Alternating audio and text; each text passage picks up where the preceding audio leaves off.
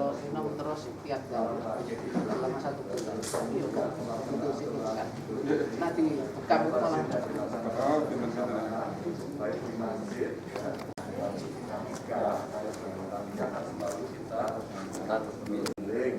terus kemudian sertifikat sementara dan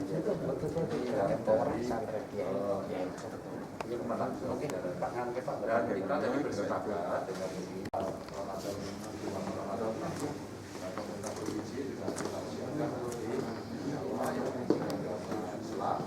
COVID-19 sehingga ini akan bisa membantu kondisi masyarakat yang sulit. Nah, teman-teman, keputusan-keputusan penting itu tadi kita sampaikan dan dari ulama yang ada nanti menjelang bulan Ramadan, insya Allah sudah akan ada keputusan secara bersama-sama. Nah, dari Kemenak ini surat edaran akan kita jadikan sebagai pedoman untuk pelaksanaan. Pesan untuk menghindari perbedaan Pak, perbedaan pandangan terkait dengan kegiatan Ramadan itu. Menteri Agama saja. Nah, selebihnya karena banyak organisasi atau ormas-ormas Islam, Majelis Ulama tadi dengan sangat bagus sekali mengumpulkan mereka untuk menerjemahkan ini di ormas masing-masing agar mereka bisa mengerti dan bagaimana itu bisa dilaksanakan sepenuhnya nanti di seluruh wilayah Jawa Tengah. Maka kenapa tadi kemudian putusan-putusan ini penting, ada yang bisa dilakukan segera, tapi ada yang butuh waktu kurang lebih 10 hari dari waktu sekarang agar ada pemahaman kolektif. Syukur-syukur nanti semuanya akan bisa bersepakat. Oh ya, kita tambahkan juga, ada banyak permintaan tadi selain zakat yang dibayarkan di awal bulan Ramadan, itu juga masjid-masjid minta izin tadi tetap membaca Quran, tadarusan terus-menerus, dan itu kita izinkan agar masjidnya semangatnya, rohnya itu tetap menggelora begitu, dan masyarakat sekarang memang merindukan suasana itu begitu ya. Bahkan beberapa kiai kemarin menarik, saya dikirimi berita di medsos bagus sekali, tetangga saya meninggal. Saya diminta untuk memimpin tahlil. Maka sang kiainya memimpin tahlil sendirian di masjid, tapi warga di sekitarnya mengikuti dari rumah kiri kanannya.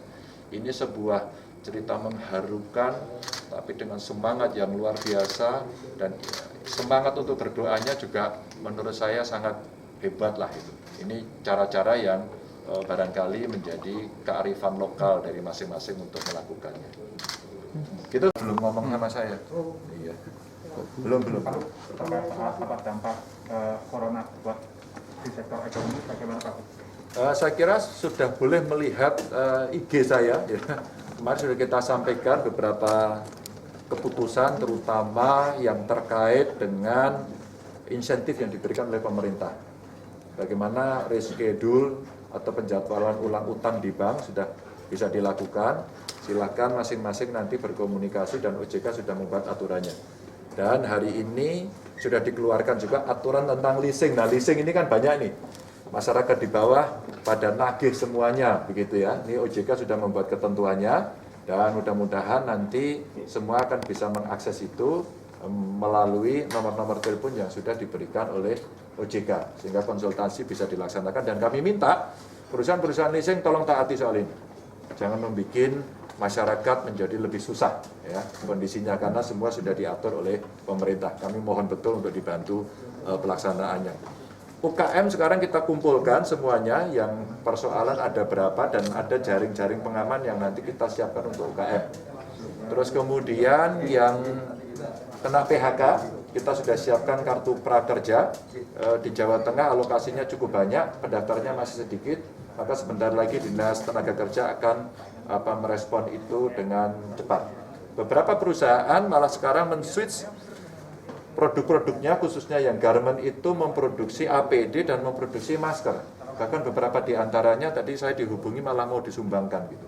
Jadi sebenarnya ini cara-cara yang baik. Nah, saya meminta kepada para pengusaha, ketika kemudian kekompakan masih bisa dijaga, relasi buruh pengusahanya baik, saya mohon usahakan betul-betul untuk tidak ada PHK.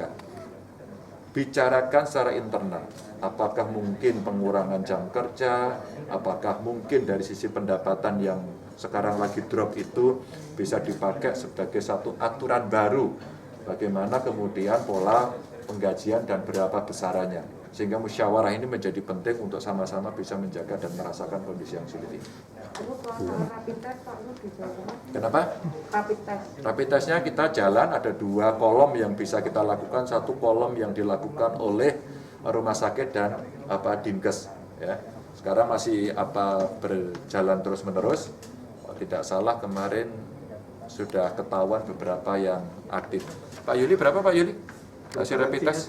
Iya, lebih. Ya, jadi prevalensinya 1,3% yang positif. 1,3% yang positif dari yang sudah dilakukan, baik yang dilakukan oleh rumah sakit maupun dinas gitu ya. Iya. Yang sudah jalan berapa ya? 6.200.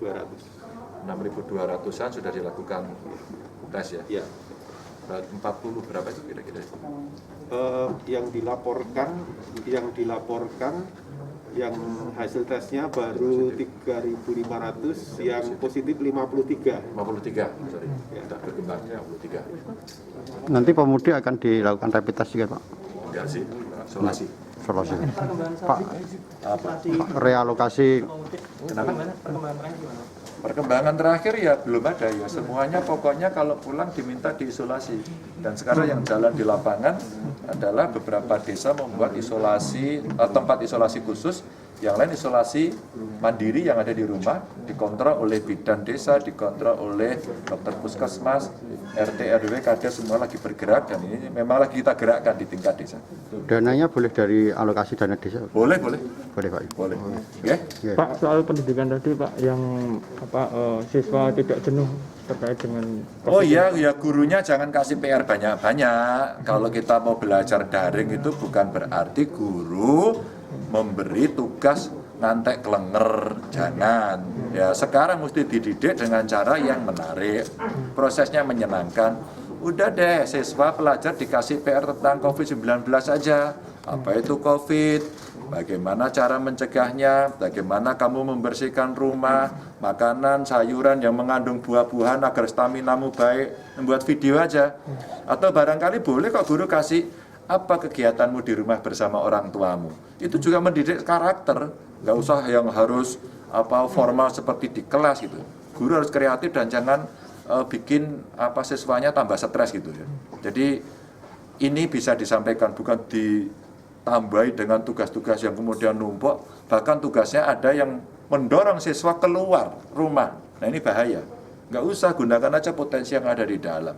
Nah sekali 2 kali guru telepon siswa, syukur-syukur mau berkunjung 1-2 untuk sampling begitu ya, agar bisa mengerti. Bukan nomor telepon agar anak-anak bisa konsultasi, jangan dimarahi, karena mereka butuh dididik, dibimbing, dibina agar mereka bisa nyaman belajar di rumah. tanggal 13 itu kan Ya.